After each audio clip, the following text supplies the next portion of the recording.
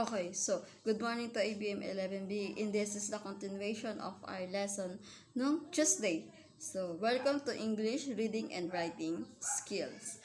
So now we were going to discuss I will going to discuss the lesson 11. The title of our lesson is Text and Context Connections Determining Textual Evidence. So first let us define what is text evidence.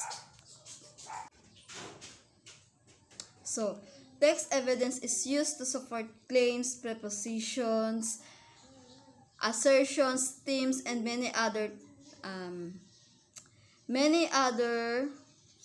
types of ideas.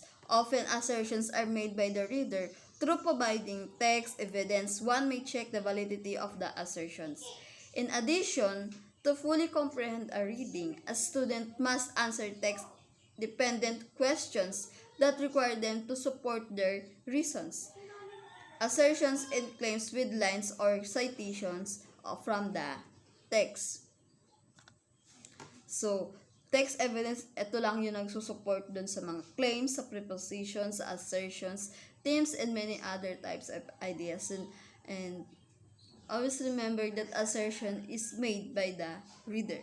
So, that is the text evidence. Text evidence is nagsusupport lang siya. So, as a readers, writers, and thinkers, so it is natural for you or for the students to develop the ideas, ask questions, and make claims regarding what you are reading. So, it is natural. So, number one is, ito yung pwede nyong gawin kapag kayo ay magbabasa na o gagawa na ng isang textual evidence. Number one is citing textual evidence requires you to look back into the text for evidence to support an idea, answer a question, or make a claim. This evidence usually takes the forms of facts, statistics, anecdotes, paraphrases, examples or illustrations, expert testimony or quotations, and graphical evidence like charts or tables. Writers sometimes quote textual evidence directly, taking a selection word for word from their source.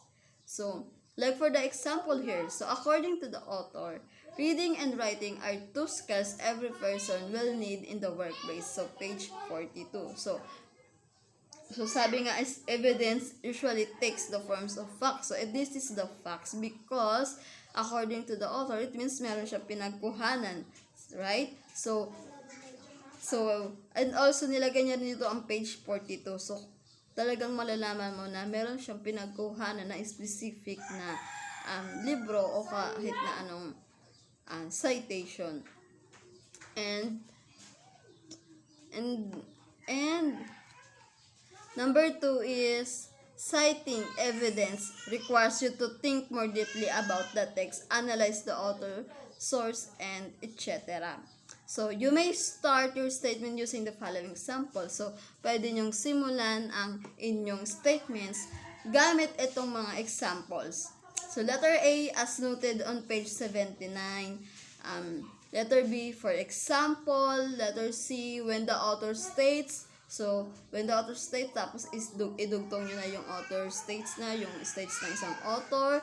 Letter D, an example of this occurs when the main character says. Letter E, as stated in the text. Letter F, the author illustrates this point when she states. And letter G, toward the end of the story can says. Letter H, for instance. Letter I, as Albert Einstein points out. Letter J is in the words of. So, pwede mo siyang gamitin. So, these are the following na pwede mong gamitin kapag ikaw ay magsisimula ng gumawa ng isang statement. So, next, number 3 is, you also need to practice finding strong evidence. So, to support their ideas also, so you need to find the strong evidence para supportahan yung ideas mo. So, read closely to determine what the text says explicitly. So, explicitly, katulad ng diniscuss ng mga sa past lesson explicitly direct stated na siya and to make logical inferences from it. So, cite specific textual evidence when writing or speaking to support conclusions drawn from the text. So, these are the steps na pwede nyong gawin kapag kayo ay gagawa ng isang textual evidence. So, pagkatapos mong basahin ng isang informational text, you should be aware that they tend to be built from other texts and consolidate information taken from many different evidence. And good readers are able to identify it, analyze it to determine its credibility and effectiveness, and determine how it strengthens or weakens the information text of which it has become a part. So, good evidence doesn't require a lot of explanation to fit a claim. So lagi nyo tatandaan yun. So, next is the list of common verbs used to introduce textual evidence. So, pwede nyo gamitin itong mga verbs na to sa inyong textual evidence. So, these are the argues, writers, concludes, comments, maintains, suggests, counters, states, claims, implies, highlights, supports, purports, reveals, insists, demonstrates,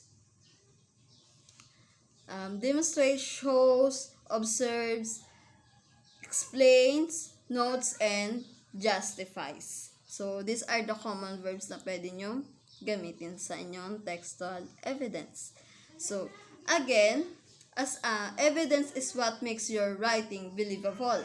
Consider the following criteria when looking for any text evidence. So, this five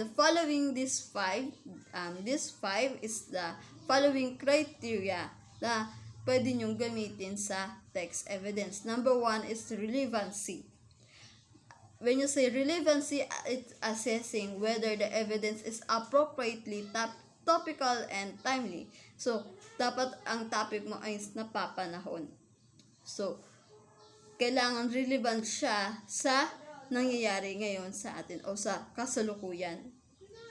So, and next is sufficiency. Accounting for all evidence, including counter-arguments, alternative perspectives, and or conflicting reports. So, these are the sufficiencies. You need to include, it include the counter-arguments, yung mga alternative perspectives, and or conflicting reports. Number 3 is sourcing, noting the author. So, including his or her intentions and context of the evidence. So, that is the sourcing. So, you need to include his or her intention, also yung context ng evidence. And number 4 is credibility. So, kung na-credit nyo ba from the owner o yung sa nagsulat ng text na yon. So, considering whether the source of the evidence offers expertise on the subject. So, kailangan yung kinikredits kung sino yung may gawa ng work na yun o ng text na yun. And last is accuracy and verifiability. So, judging whether the evidence is valid and trustworthy. So, dito natin malalaman kung accurate ba and kailangan natin i-verify yung isang evidence kung ito ba ay valid and trustworthy. And next is, so efficient reading of an informational text, kailangan mong laan ng effort or you need to take a lot of information sa pagbabasa ng reading informational text. Kasi, yung goal mo dito is matransfer yung information ng text sa iyong sarili. So, kailangan mo siyang maintindihan. So, these following tips for reading informational text evidence, itong pwedeng makatulong sa inyo. So, first is before you even start reading an informational text, you should do 3 things. So, pwede kayong gumawa ng 3 pwede nyo gawin tong tatlong tips na to pag kayo ay magsisimula pa rin magbasa ng isang informational text. First is think about what you already know about the subject. This will help you better connect with the text. So, you need to think kung ano na ba yung alam mo doon sa subject na yon. So, para mas maintindihan mo o makonect mo siya ng maayos doon sa text na ginagawa mo. So, kailangan mo munang alamin kung ano yung alam mo na doon sa subject na yon. Number 2 is determine what you want to learn from the text. So, yun, kailangan mong malaman kung ano ba yung gusto mong maintindihan doon o malaman doon sa text. What information are you looking for? Jot down a few questions that you have about the subject. This will help you stay focused as you read. So, pwede nyo gawin tong mga sumusunod na yun. Number 3 is survey the text. So, look at the headings, notice the vocabulary words, scan the pictures and graphics. This will help you get an initial idea of the text content and organization. So, ginagawa ko to kapag ako ay magbabasa ng isang libro o ng isang text. So, ang ginagawa ko is yung heading, yung title mismo ng story and ng isang text rather o ng isang statement. Tinitinan ko muna siya and also yung ini-scan ko yung mga pictures. Tinitingnan ko muna yung mga pictures bago ako magsimula magbasa. Para pag ako ay nagbasa na is meron na akong idea doon sa binabasa ko. So, ganun yung ginagawa ko. So, pwede nyo siyang gamitin o pwede nyo siyang gawin kapag kayo ay magbabasa ng isang text o kapag kayo ay bago magbasa ng isang text. And, kapag naman kayo ay tapos na sa pagbabasa ng isang text, ito naman yung mga following tips na pwede nyong gawin. So, when you finish these pre-reading steps, you'll be ready to tackle the text. So, pwede nyo na i-discuss yung text na yun sa sarili nyo. So, kung may kasama kayo, pwede rin naman kayong dalawa mag-discuss andun about sa text na binasa nyo. When you read an informational text, you must be an active reader who engages the text reader than allowing it to fly by. So, to be an active reader, you should do the following things. So, kung para maging isang active reader ka, you need to do these following tips. So, number 1 is read the text slowly so you don't miss anything. So, kailangan mo siya ulit basahin yung text ng dahan-dahan para wala kang ma-miss na word o ng kahit na anong idea dun sa text na yun. So, break the text small chunks and focus one at a time. So, yun ang gawin nyo. So, for example, kung mahaba siya and meron namang dun, so doon ka mag-focus sa first sentence muna. So, tulad ng ginagawa ko is ganun yung ginagawa ko siya. Nagpo-focus ako sa first sentence, then after nun, pag naintindihan ko na siya, tsaka ako magpo-proceed dun sa next sentence. So, pwede siyang kaya gawin yung main idea lang, tapos kung ano yung tapos main idea na naman dun sa next sentence. So, number 2 is take notes. So, this is very important kapag kayo ay nagbabasa ng isang text. Kailangan nyo mag-take notes. So, kung ikaw ay pag-aaral ng isang libro, you can underline or highlight, circle, make notes in the margins, or use whatever other markers that help you identify the call attention to important ideas. So, pwede nyo siyang i-underline kasi sarili nyo namang libro yun. Pwede nyo sulatan siya, pwede nyo i-highlight. Pwede kayo gumamit ng mga marker, yung mga pang-highlight na marker, circle, pwede nyo siyang bilugan.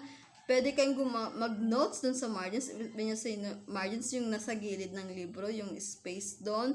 Pwede nyo gamitin yun sa pag-to-notes and pwede kayong gumamit ng kahit na anong markings na gusto nyo pa na para lang mapadali yung paghahanap nyo o para lang ma-catch agad yung attention nyo dun sa important information.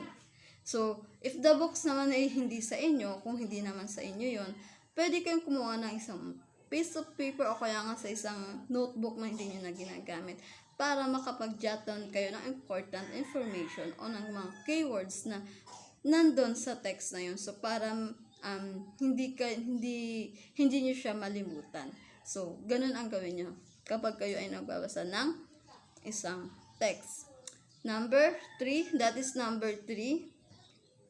So, pause after each chunk to write a 1 or 2 sentence. So, kapag kayo ay nagbabasa, so mag-pause kayo, tapos magsulat kayo ulit, the summary of what you just read. Answer the questions you created in the pre-reading stage, if possible. So, note any new questions you might have at this point and indicate your reactions to the text. So, number 4 is read as necessary. Kung necessary siya, pwede nyo siya ulit basahin kasi wala naman nagbabawal na basahin nyo ng basahin ng isang text. Kung hindi nyo pa siya naiintindihan ng isang basahan, ng dalawa, pwede nyo siya ulit basahin. You will usually not be able to draw all the important information out of a text on the first time around. So, it is true kasi walang kahit na sinong tao na pwedeng makuha yung important information sa isang basahan lang, sa isang pasadahan lang ng pagbabasa. So, kailangan mo talaga siyang basahin ng basahin kapag hindi mo pa siya naintindihan kung kinakailangan. So, and even if you are done all those steps, you are still not finished. So, pagtapos mo na siyang basahin isang informational text, you should go back to your list of questions from pre-reading and those you've jotted down during your reading to see if they've been answered. So, kailangan mo siyang balikan yung mga questions na ginawa mo and yung mga tinake down notes mo kung nasagot ba yung mga tanong mo doon sa binasa mong text. So, this is very important kasi kailangan mong malaman kung lahat ba ng tanong mo about dun sa text is nasagot doon mismo. Nasagot mo bago mo natapos yung text, bago mo tapusin yung ginagawa mong textual evidence.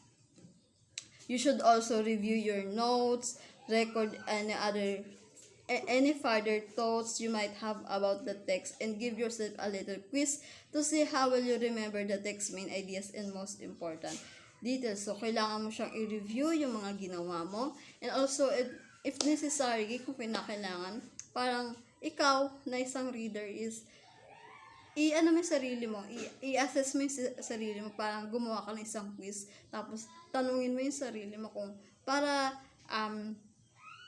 malaman mo sa sarili mo rin kung talagang naintindihan mo yung ginawa mo. So, ganun ang pag-aano ng isang textual evidence, sa paggawa ng isang textual evidence. So, okay, so that's the end. So, thank you for watching, listening, and I hope na may natutunan kayo for this video. And thank you. So, that's all.